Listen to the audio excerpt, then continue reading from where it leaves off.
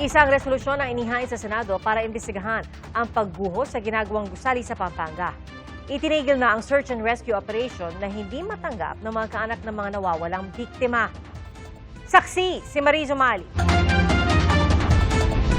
Tapos ang pagguho ng ginagawang gusali sa Angeles, Pampanga, kalat pa rin ang mga metal barred scaffolding na hadlang sa sinasagawang retrieval operation. Gumamit na ng crane para makaakyat ang 2 tauhan ng Special Rescue Force. Mano-mano nilang pinutol ang mga scaffolding bilang paghahanda sa paghatak ng heavy equipment sa naglalakihang tipak na semento at mga batong nakadagan sa mga biktimang pinaniniwalaan na sa ilalim pa ng guho. They are still bodies that they need to be respected and protected po.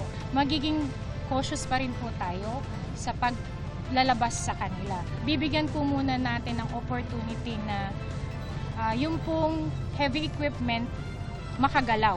Mano-manong pagpuputol ng mga scaffoldings.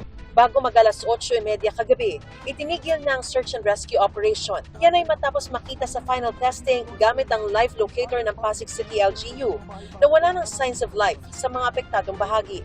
At around 7 p.m., nag-recheck kami ulit. Nag-decide na ako na no life detected. Kinausap ko na po ang K9 na i-confirm nyo na po mabuti. Ang mga kaanak naman ng mga biktimang hindi pa nare-recover naghihimutok. Ramdam ko pong buhay pa yung mga tao dyan, may mga survivor pa po dyan. Kami yung pamilya, kilala namin yung pamilya namin na nandyan na matatag sila dyan. Huwag po silang magbibitaw ng salita na wala ng mga buhay yung tao dyan. Yung mga pandetect nila, mga scanner nila, 100% po bang legit yan? Nanluho po ako kasi po malaki po yung pag-asa namin eh. Ramdam po namin kasi po meron pong isang video na nag-send. Nakita po namin yung pong ilalim, may maluwang pa eh. Napakasakit po talaga ma'am, napakasakit.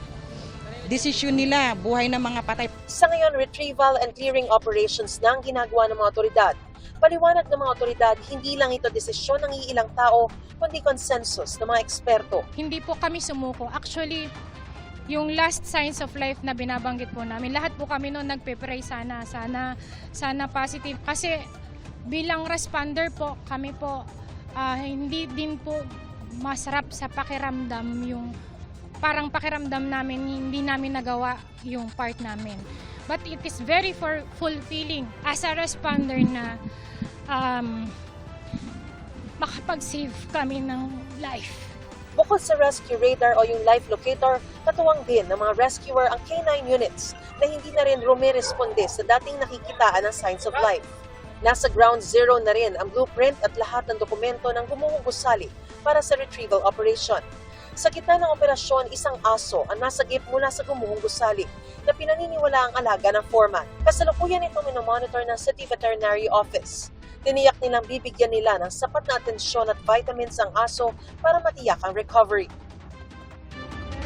Si Cristita naman na isa sa mga nakaligtas sa guho, puno ng pasa at sugat ang katawan. Nagtamo rin siya ng bukol sa ulo. Wala mang 1 minute, parang yumayanig siya.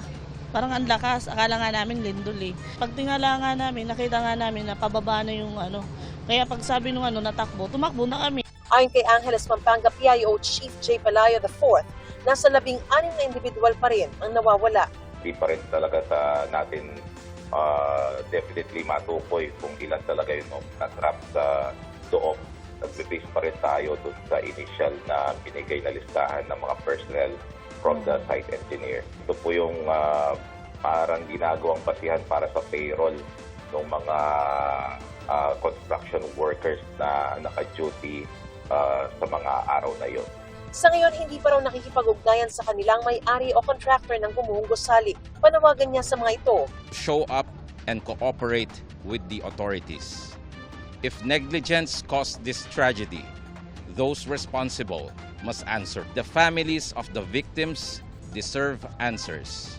The public deserves accountability.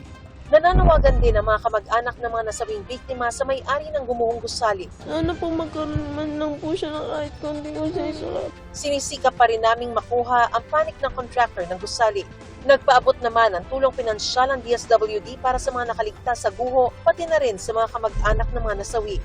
Magbibigay rin daw sila ng livelihood support para sa mga apektadong trabahador na planong bumalik sa kanilang mga probinsya. Isang resolusyon naman ang inihain ni Senador Kiko Pangilinan para imbestigahan ang pagguho. Samantala, isinailalim sa isang buwang preventive suspension si Dole Region 3 Director Geraldine Panmilio. Ako naman po bilang public servant ay ready to face po kung anuman ang kahihinatnan nito dahil ako po ay siguradong-sigurado sa ginawa po namin na trabaho. Ako si Mariz Umali ang inyong saksi.